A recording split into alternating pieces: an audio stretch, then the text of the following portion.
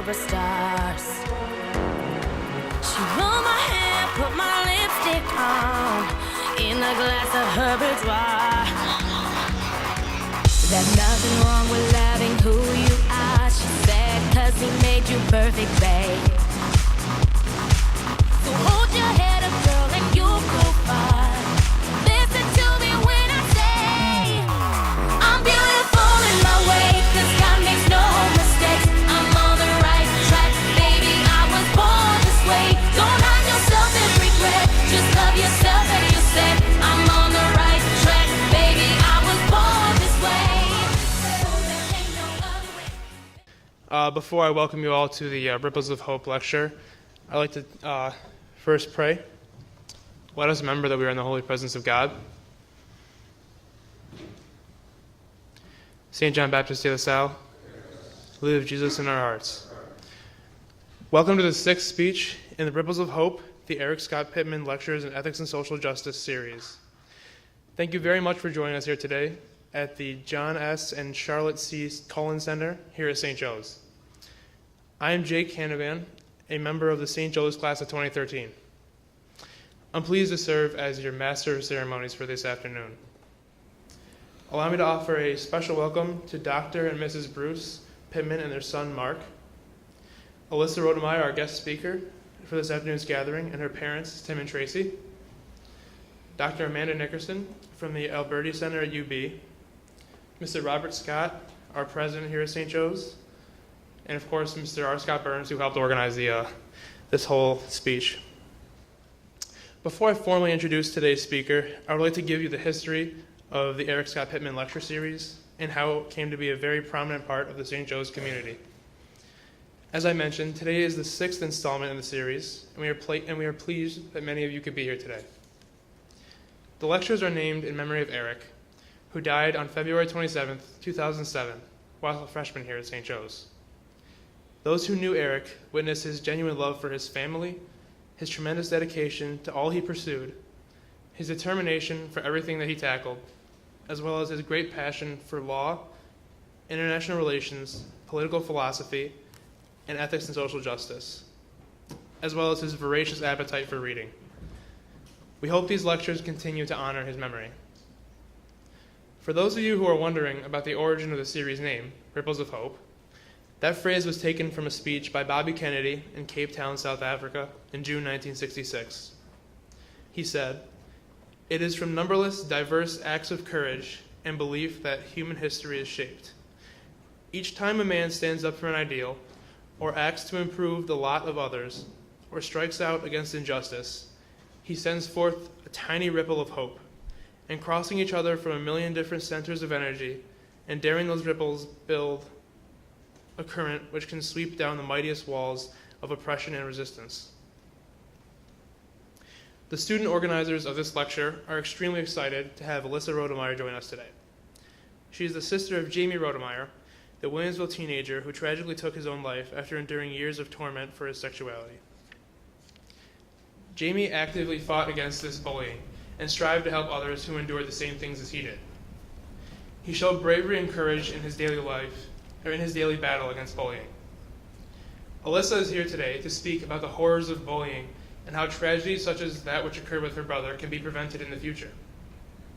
She is 18 years old and a senior at Williamsville North High School.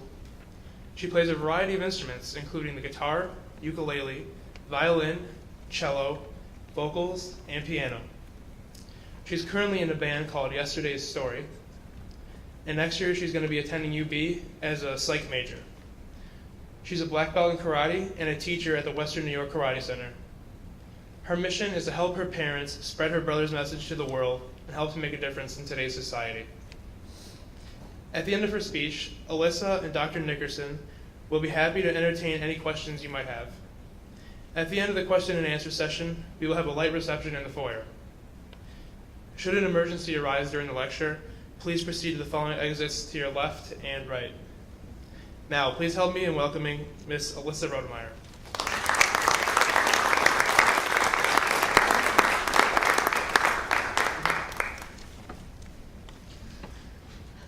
As some of you may have noticed, by the picture on the front. I have changed quite a bit.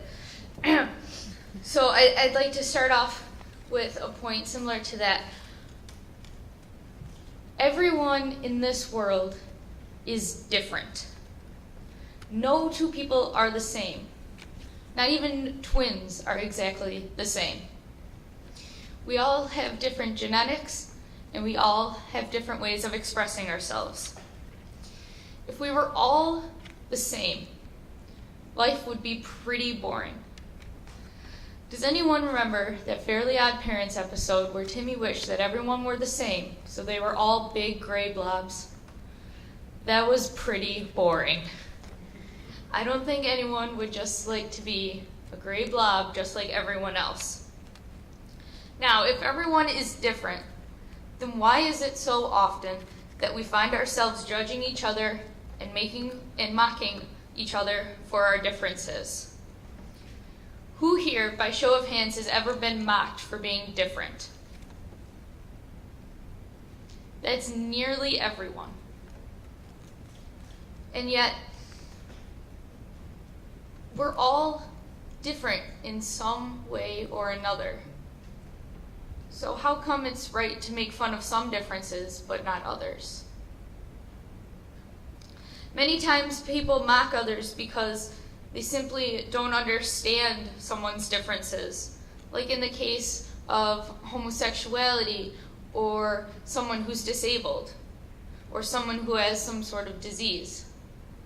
They don't understand it, therefore they're afraid of it, and to protect themselves, they make fun of it. And sometimes people make fun of others simply just to make themselves feel better. That's where bullying comes in. Bullies are people who wish for power over others, who make fun of others because they want to make themselves feel better. Maybe they're having a tough time at home, maybe they're having a tough time in school, or maybe they're having a tough time with themselves. So in order to try and make everything else in their life better, they try to make others' lives worse. But in reality, it doesn't make their life any better. It just makes everyone else feel the same kind of pain that they are. To fix such a problem, such as internal pain, or problems at home, or problems in school, the solution is not to make everyone else feel your pain. It's not to bring everyone down to your level. It's to bring yourself up to where you would like to be. My brother tried to do this through many means of social media. He made YouTube videos about it getting better. He reached out to people on Twitter and Facebook and Tumblr and all over the internet to try and make people feel like their life was worth living. My brother came across many people in his time that had felt that it was just time to give up, and that no one cared, and that no one understood the way they felt. But I promise you, though someone may not completely understand your situation, for we're all different and we all go through different situations, there is someone out there who will care, who will listen, and who will help. Now, often in a bullying situation, there's three parts. There's the bully, there's the victim, and then there's the bystander. Many people don't realize what bystanders can and can't do. If you are a bystander in a bullying situation, you may as well be the bully. If you do nothing, you may as well join right in and make fun of them. Because as that victim stands in the hallway or sits in lunch and sees people all around him, him or her, who don't want to do a thing about the person who's tormenting them, then they feel like they're not worth anyone else's time.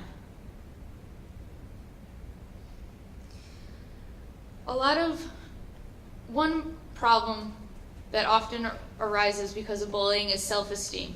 It creates bullying, and it is a problem of it. The first thing we need to do to stop bullying is not necessarily help the victims, but help the bullies. They're the people who really need the help. If you stop the bullies, you stop the bullying at its source. If you help the bullies, you help the victims. So first, we need to help them.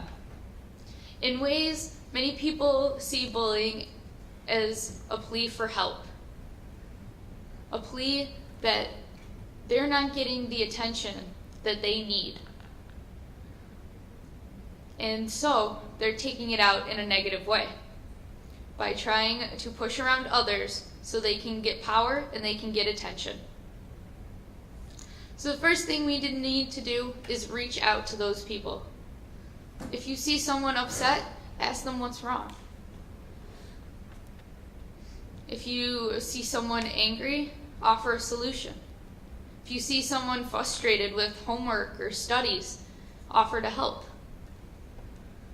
By just offering a simple smile, a hello, a good job, or offering help, you can not only save that person from hurting themselves, but hurting others. Now on to the victims of bullying. They are also the ones suffering from self-esteem issues and insecurities that could turn into depression and anxiety and all sorts of different disorders. The victims as well can simply be helped by a smile, a hello, a good job, or any positive sign of encouragement. But it doesn't just stop there. You can do more than just offer a hello or a smile or a good job. You can go out of your way, ask them what's wrong, ask them how their school life is, how their home life is. Genuinely show interest in other people. I know some people may be hard to get along with sometimes, but when you make the effort, you may find that you like people more than you think you do. As an example of this, today actually, I was talking to one of the girls who used to give me trouble when I was in middle school. It turns out her family was really poor and they were struggling to get by. Her mom had just got divorced and had found a new boyfriend who wasn't all that great. I was talking to her today and she actually apologized to me for being so mean all the time. We talked about 7th grade and how she would never go back there because she could never forgive herself for how mean she was to everyone else. She was sorry for how she had taken out her anger on other people, especially me. It's weird to think that someone can go from being your worst enemy to one of your best friends in just one simple talk. But once you really get to know people, you really know their struggles and you know their differences and you can accept them, it's so much easier to be friendly. Wouldn't this world just be a whole lot easier if everyone was friendly? Sadly, that's not the case. Not everyone is friendly. Not everyone is positive. Not everyone is willing to speak with others. But that's where you all come in, because by being here today, you're showing me that you're willing to go that extra mile and you're willing to talk to others, to reach out, and to be friendly. You guys are the first step in this process. Believe it or not, no matter how small you think you are in this world, you can make a huge difference. My brother was just a little boy from Williamsville, just starting 9th grade. He was a little freshman, and no one ever thought, no one in my family, no one in our school ever thought he would make such a big impact as he did. Now, I'm not saying to make this kind of an impact, because that would be bad, but make an impact in your own way, by reaching out, by talking to others. Now, like I said before, one of the main parts to a bullying situation is a bystander. And a bystander is just someone who stands by and does nothing. One of my favorite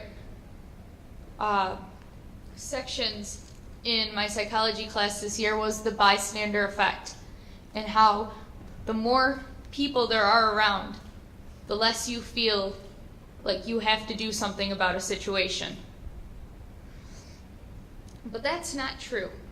What if everyone in your group, you have a big group of friends and you're all walking in the hall and everyone in your group witnesses a kid being pushed into the lockers, and you all at once think, well, I'm in a big group of people. I'm sure someone will do it.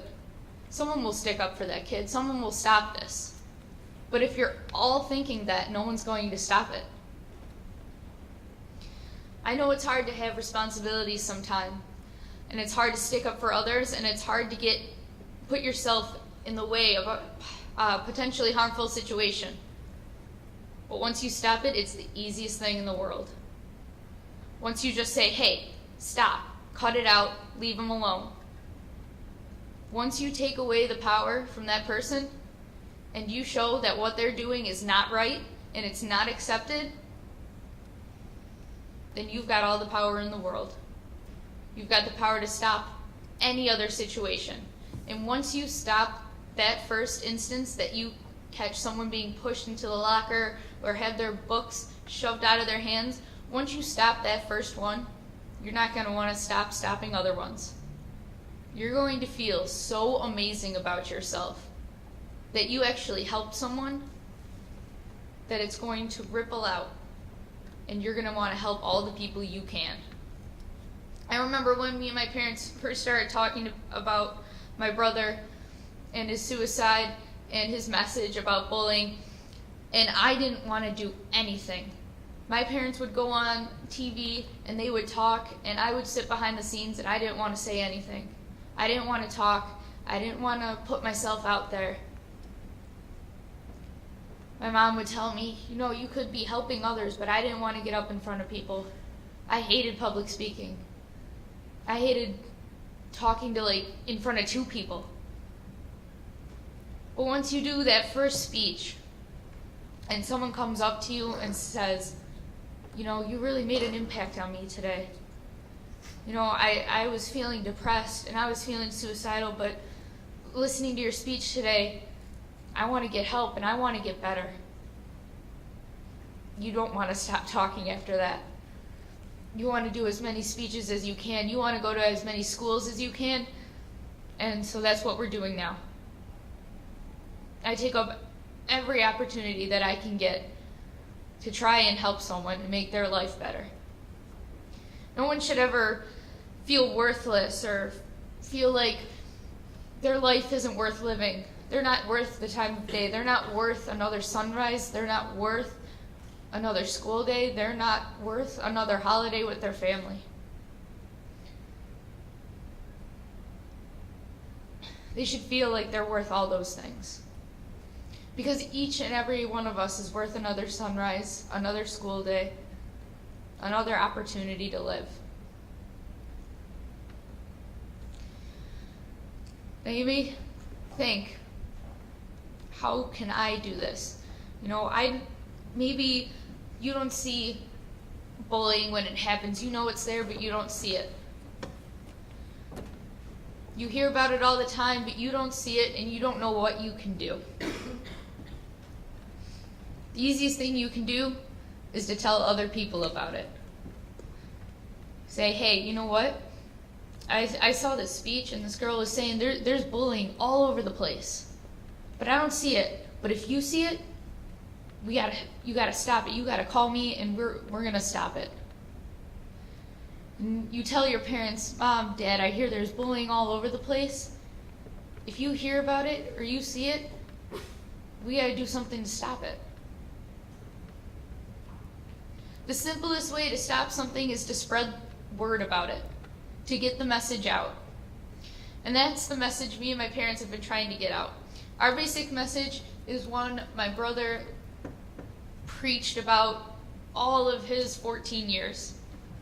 It's that everyone should be loved and accepted for who they are. It's simple, right? It's really simple to think about. Love and accept everyone for who they are. But like I said before, it may seem a simple concept, but actually doing it is very, very hard. Now, it's easy to love and accept someone you don't talk to very much. It's easy to love and accept your friends, that you understand them. But it's not easy to love and accept those you don't understand, those people that irritate you, people that get on your nerves, and sometimes even the people you're closest with, because you know everything about them. And when you know everything about someone, there are bound to be things that you don't particularly like. But such is life. You're going to meet people all through your life that you're not going to be very fond of, but does that mean you have to be rude to them? Does that mean you have to push them into lockers, get their books out of their hands? Or, if we want to get more modern day, does that mean you have to subtweet about them? Does it mean you have to send them hateful messages? Does it mean you have to post embarrassing pictures of them on Facebook? No. Here's the thing. This is what people don't realize. You have the right to have an opinion about someone. You have the right to have an opinion about something. You have the right to not like someone. You have the right to get mad at things. You do not have the right to be a jerk about it. That is probably the strongest message I have ever heard from anyone in all my years. You have the right to have your own opinion and feel the way you do about things, but nothing in this world gives you the right to put people down and be a jerk about something. If someone's being a jerk to you, don't do it back. Okay? If you don't like what they're doing to you, why do it back? Then you're just being just like them. And if you hate them so much, then why do you want to be so much like them? It's real simple conformity. Someone does something to you, you do it right back, because you don't want to feel like you're out of power or you're not in control. But that's not the right thing to do, is it? Someone shoves you into a locker and you shove them right back. They tweet something nasty about you, you tweet right back. That's not doing any good to anyone. That's just hurting people more and more. It's a very dangerous, a very gruesome cycle we live in, where once someone hurts us, we feel the need to hurt them and hurt others close to them. We need to stop this cycle before it becomes this hurricane of sorts that just won't stop and just drags itself through society and creates an awful, mean nation. I think as teenagers we are growing up in a beautiful yet horrible era. We are growing up in an era where we're learning that things aren't as unnatural as we think. We're learning that gay people don't have a choice, that it's science, that it's not a disease, and it's not anything wrong with them. We're learning all different sorts of things that aren't wrong with people. They're not wrong, they just happen. And I think we're growing up in an age that we're learning to be a lot more accepting. And you don't know how much I admire those students who are not afraid to come out and say that they accept all people.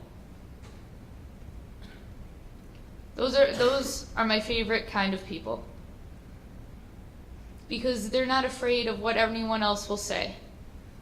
I remember back years and years ago, if you said something like, I don't care if someone's gay, you would get picked on to no end. Well, if you don't think being gay is wrong, then you must be gay. And even if you weren't, you still got picked on to no end because everyone thought that was wrong. That's not natural. That's weird. No one understood. But now, every day, we learn more and more, and we understand more and more, and everything becomes a little bit easier. Now, I say we live in a beautiful yet tragic era because at the same time, technology is advancing. As science advances, technology advances, and with technology comes power, and with power comes evil. Social media, evil. Technology, evil. It can all be used for evil, but it can all be used for good. How many of you have just used Twitter to send something positive to someone? Say, hey, good job on that test today, or, your outfit looked awesome today. You were rocking that suit. Who's ever used Twitter for something like that? See, there should be a lot more of that, don't you think? My challenge for you is if you have some sort of social media, if you have a Twitter, if you have a Facebook, if you have a Tumblr, I want you to go home. I'm not going to say go home and follow me. I want you to go home and I want you to send someone a positive message. I want you to tell someone they did great at their soccer game or their football game or whatever sport they play. I want you to tell them that their outfit looked great today. I want you to tell them that you admire them, that you think they're a great person. I can promise you it will make their day. It might even make their week. I think another problem we have with accepting others is we all have a problem with accepting compliments. Who here has ever gotten a compliment and thought, wow, that was weird.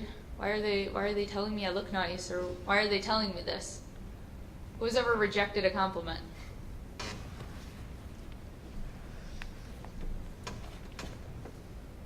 Now, I don't know all you very well, but I feel probably some of you, maybe not all of you, but at least some of you are not the most confident people in the world. Maybe I'm wrong. Maybe you're all very, very confident people, but I think deep inside us, we all have this little part of us that's not very confident. And when certain people give us certain compliments, we think, no, how about no? And we just kind of shy away from it. Sometimes we get compliments from people we don't expect. Maybe it's that kid you never talked to and you think, oh, that was weird. Why are they complimenting me? I think a nice step to be able to stop this cycle is we gotta learn to not just to accept others, but to accept ourselves. Accept who we are. Be proud who we are. And the next time you get a compliment like that, maybe you'll get one tonight. Maybe someone here will tweet you because I told them to. And they'll say, hey, you look really nice today. Don't ever say that again. That was weird. Why would you send me that? Oh, delete that tweet. I don't want people seeing that. Don't do that. That's just dumb. Accept the compliment. If someone's complimenting you, that's a good thing. Compliments are good, yes? Yes, compliments are good. Accept them. A lot of people who bully or things like that, a lot of time they have that low self-esteem. And if we go out of our way to compliment each other and accept compliments and show other people that it's okay to accept compliments and it's okay to accept yourself, then we're raising everyone's self-esteem. Everyone is feeling better. And if everyone is feeling better, then there's a less likely chance people are going to want to make other people feel like crap.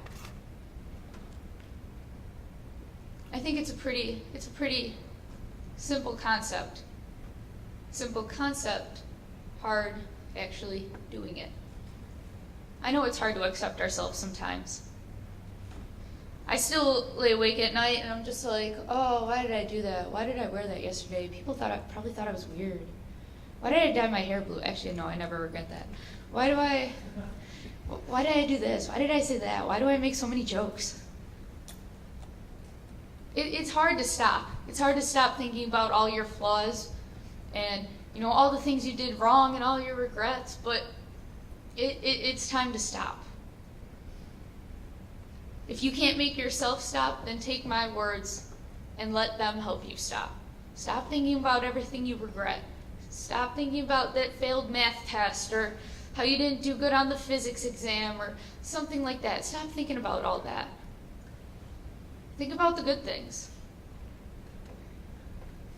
Think about, you know, how well you did in baseball. If you didn't do that great, think about the good things you did. Think about how well you pay attention. Think about how well you doodle in your notebook. Focus on some positive stuff. Think about how well you pull off a suit. Talking to this whole section right here. If you can't find anything else, you can come up to me and I will tell you something you should be proud of yourself for. I promise, each and every one of you, if you come up to me, I will tell you something you should be proud of for. You should all be proud of who you are. I mean, you're going to this great school right now. I know this is not your average high school. I know you guys probably work a lot harder. And you should be proud of that. You should be proud that you're here. If nothing else, be proud that you're here. That you work hard. That you're getting a great education. That you lived in a pretty privileged setting. That you have a future. And you've got things going for you. The past may be rough and the present may be rough, but the future, there's always room for brightness. It may be stormy now, but it can't rain forever. One of the cheesiest quotes ever. One of the most overused cliches ever. But it's true. It may be rough now. Maybe you've had a hard time in the past, but you control your future. And if you want a good future, then you go out there and make yourself a good future. You go out there and show people that you can make something of yourself. One of my favorite singers, Gerard Way, once said, "The best revenge is making something of yourself." It is possibly my favorite quote ever. The best revenge is making something of yourself. Now, if you think about that, and you think about our little cycle of how when we feel bad, we make other people feel bad, and when they feel bad, they make other people feel bad, this whole cycle. Because we want revenge, because they made us feel bad. If you take that revenge and you think, okay, my revenge is going to be that I'm going to be a great person, and I'm going to be kind to everyone, and no matter how much they try to put me down and how much they try to tell me I'm worthless, I'm going to show them that I'm not. And I'm going to make sure other people don't feel like they are. Because once you stand up for yourself, no one can push you down. If you stand for something, it's harder to fall for other things. If you stand for yourself and you stand up for what you believe in, no one will be able to make you fall for lies or deceit or anything of that sort. So, my other challenge for you today, except for tweeting nice things about people or Facebooking nice things about people or whatever you want to do, my other challenge is for you to take the time to just tell one friend or family member, brother or sister, whatever you want. It's your choice. It's all up to you. creative thinking here. Choose one person and tell them about this. Tell them about this message. Tell them that everyone is different and that's okay. Tell them that everyone should be accepted, that no one should be made fun of, and no one should be mocked, and no one should be put down, and no one should make them feel like they have to kill themselves. Just one person. Now think, if you all tell one person, that's double the people that know about this. It's double the people that can do something about this. Now think if they tell one person, that's triple the people. And if people keep telling people on and on and on, then everyone's going to know not to make fun of people. Well, they're going to know it. That means that doesn't necessarily mean they're going to do it, but they're going to know it. And that's the first step. Once you know it, it's more likely that you'll do it. I think that basically concludes everything I wanted to talk about today. But I want to see a show of hands who feels like they actually got something out of this. Who feels like they actually want to do something now. Who feels like they want to help others. Oh, that's beautiful. Oh, well, thank you for listening to me, and I hope you enjoyed these pictures. Some of them of me are very embarrassing. They don't ask me when they're going to put pictures in here, they just do it.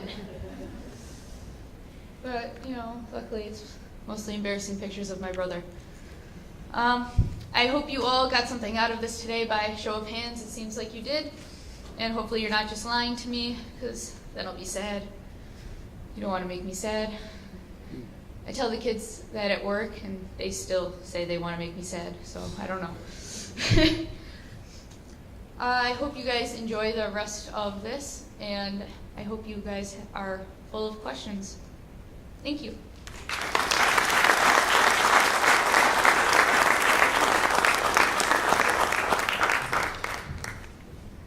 Now, before we ask Alyssa and Dr. Nickerson some questions, I'd like to formally introduce Dr. Nickerson and provide some background information on the Alberti Center.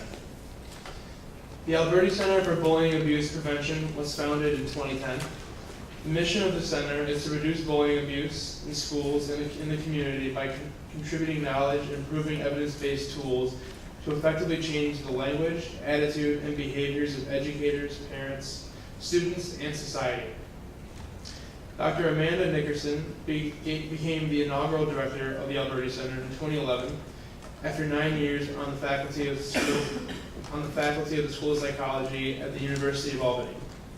She's an associate professor in the Counseling, School, and Education Psychological Department.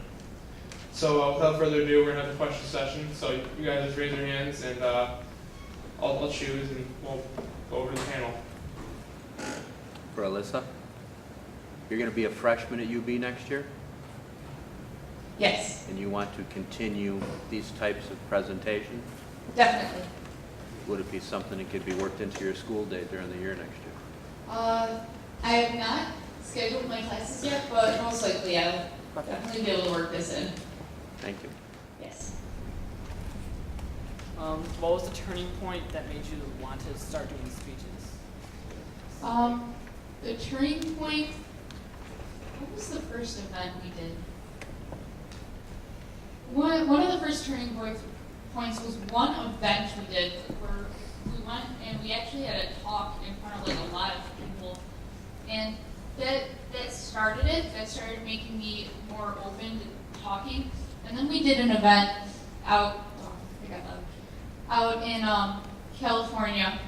It was the GLAD Awards, and we got to talk to all different sorts of people, and we presented an award to Lady Gaga for all her work for youth empowerment and to prevent bullying. And she told me to keep up the good work, and she told me that I can't stop this, and that I have to keep going with this, because if I don't, no one else will.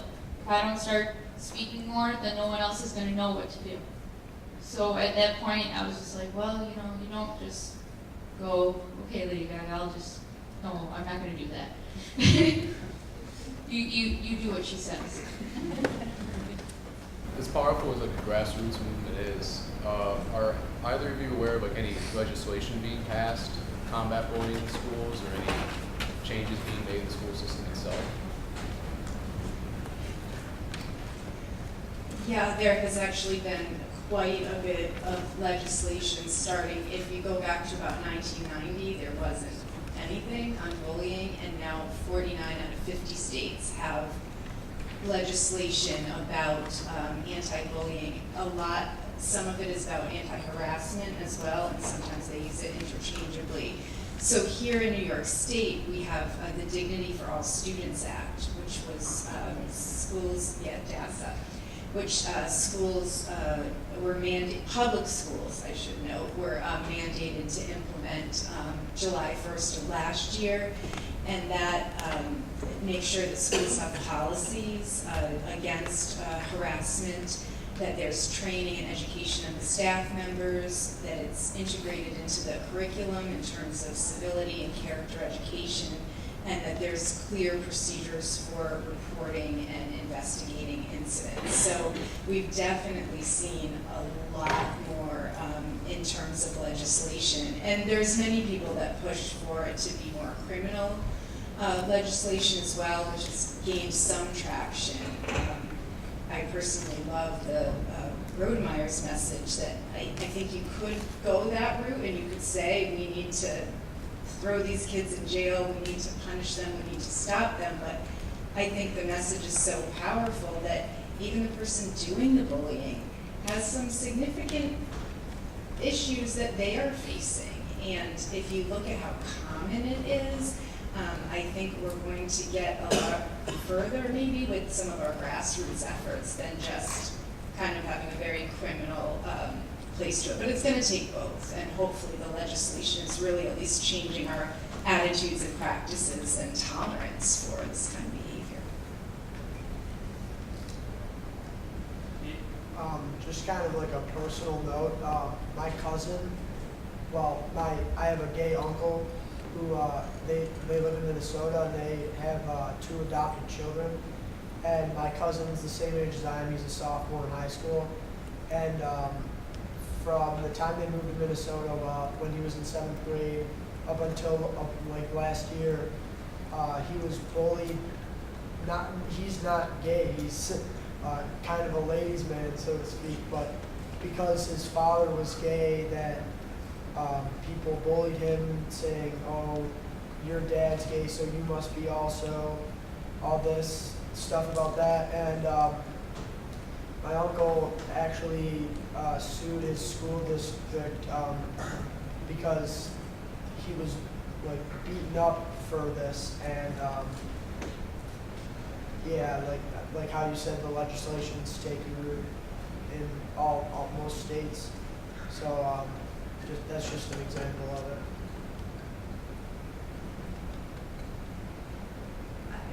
There's so many examples, and thank you for being brave enough to share. There's actually a documentary, there's many, but called Bullied, a student story in a case that made history, and it's about someone named Jamie Nabozny who was bullied because of his sexual orientation for years, and he fought and won in suing the school district. And again, his message is one of hope, and everybody trying to make a difference as well. And I will note that after hearing him speak, one of the things that really stuck with me is that he found years later someone that had tormented him for years because of his perceived sexual orientation. He actually came upon in a gay section of a bookstore about gay literature, and this person was, engrossed in the literature, indicating to him that he was pretty sure that person was gay. So struggling with their own demons, and that's the way that it came out. So I think that what Alyssa was saying about that is really something we have to take to heart. What is happening for that person that it makes it so that they think it's okay to treat somebody else like that.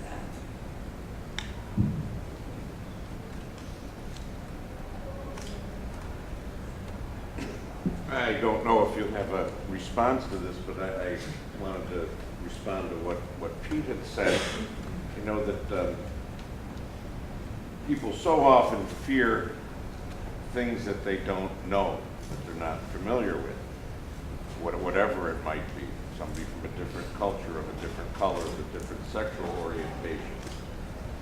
And I think the fact that you are willing to say that here and publicly, and not that your uncle's life or lifestyle is anybody else's business, but points out that this is a reality. This is, and I would imagine though that what happens too is that you might set yourself up for ridicule or trouble from others. You know, oh, you've got a gay uncle.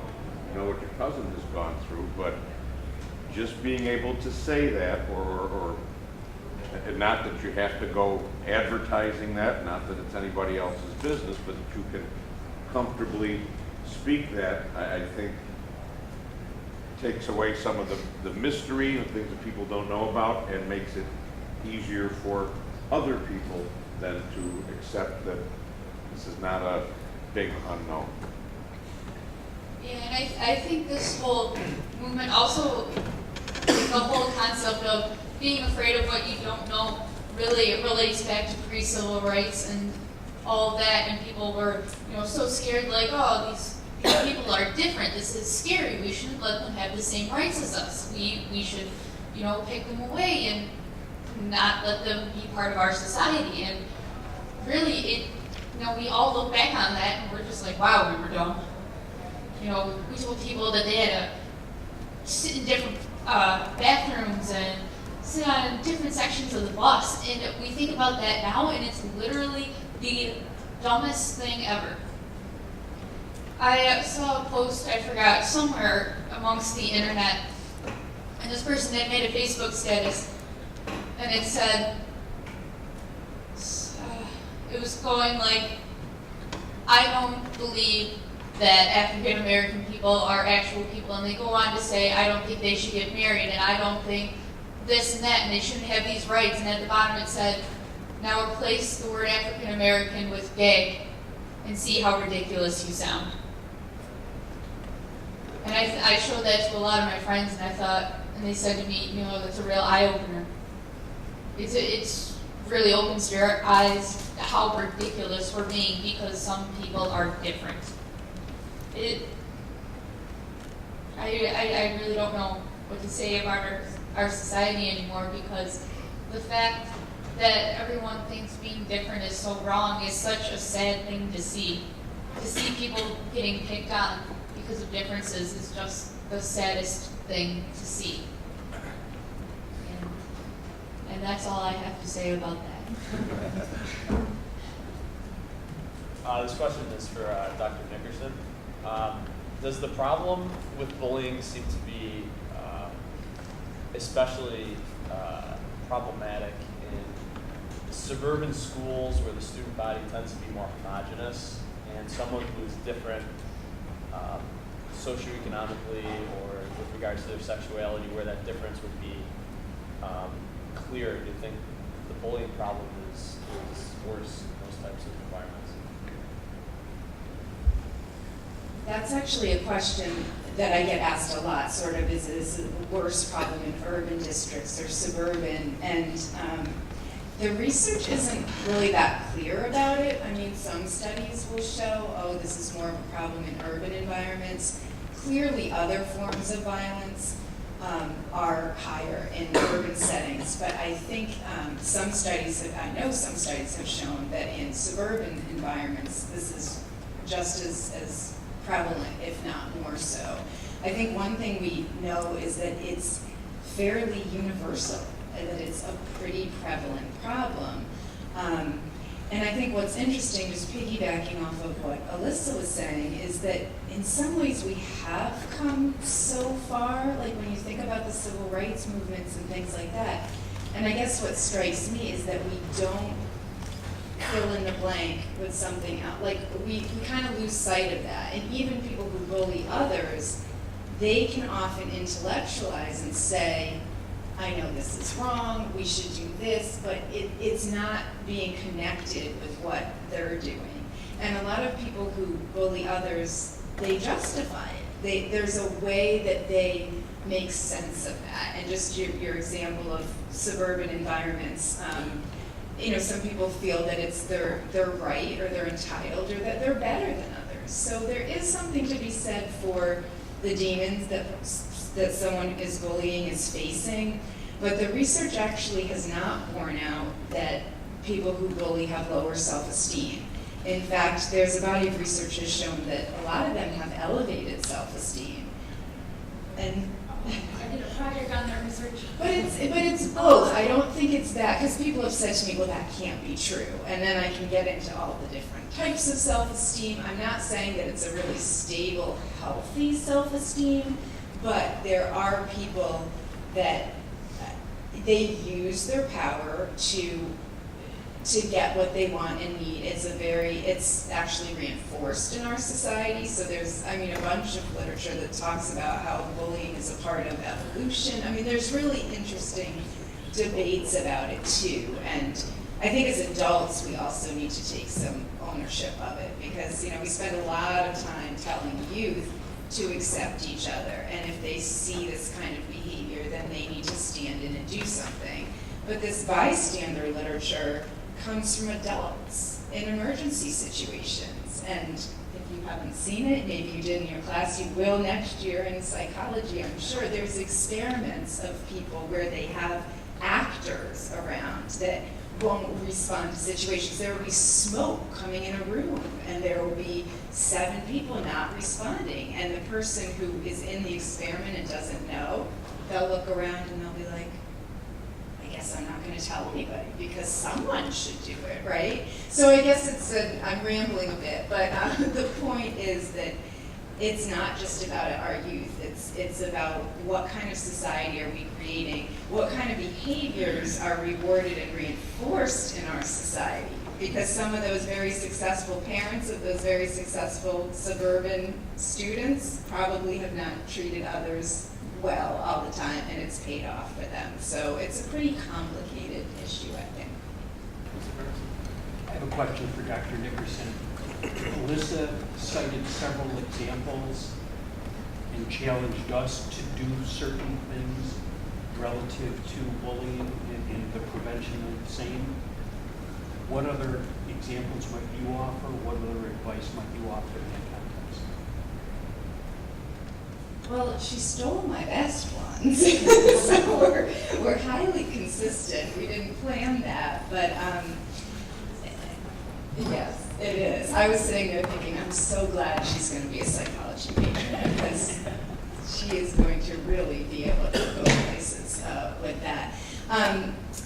But I think we have to look at ourselves first, each and every person, and challenge ourselves to, I don't think it's easy to always treat others. It seems simple, as you said, but even as you were talking, I was thinking of so many examples, even in the last week, of times when people were they weren't bullying, but they were just being cruel to others, and trying to figure out where that is coming from, both for myself and for others. If I'm angry, if I'm frustrated, if I'm not feeling good about something that I did, am I taking that out on somebody else? So it has to start with us. It has to start with each of us really examining our behavior.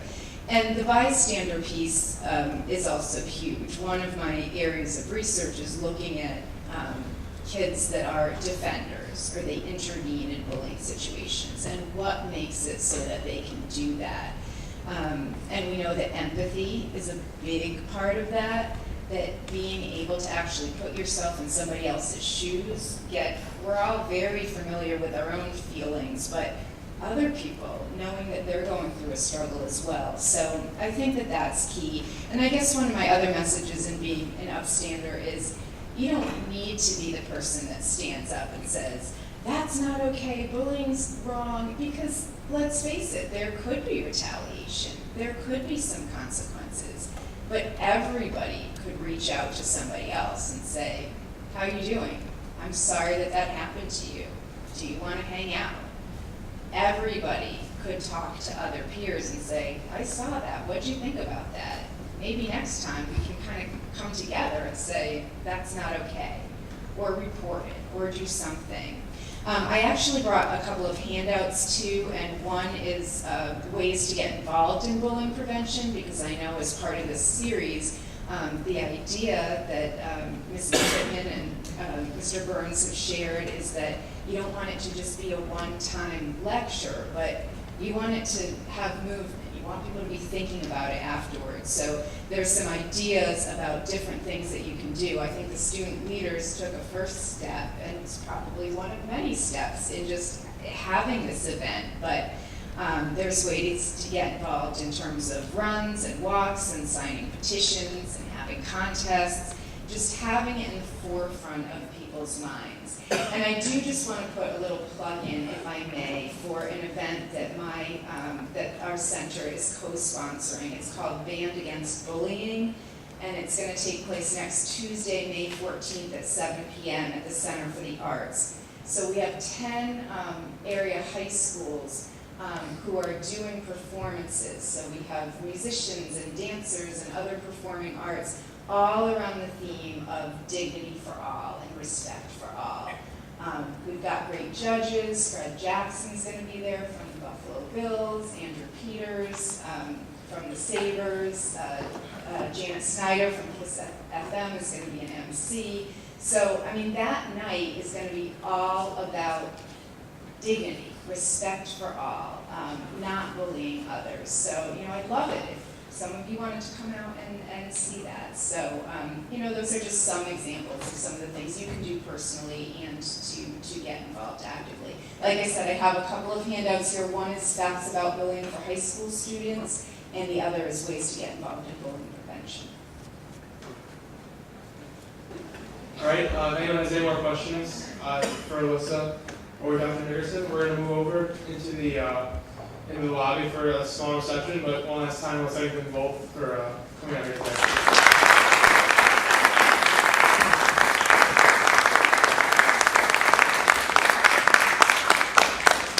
Mama told me when I was young, we're all about superstars. She rolled my hair, put my lipstick on, in the glass of her boudoir. There's nothing wrong with loving who you are, she said, 'cause he made you perfect, babe.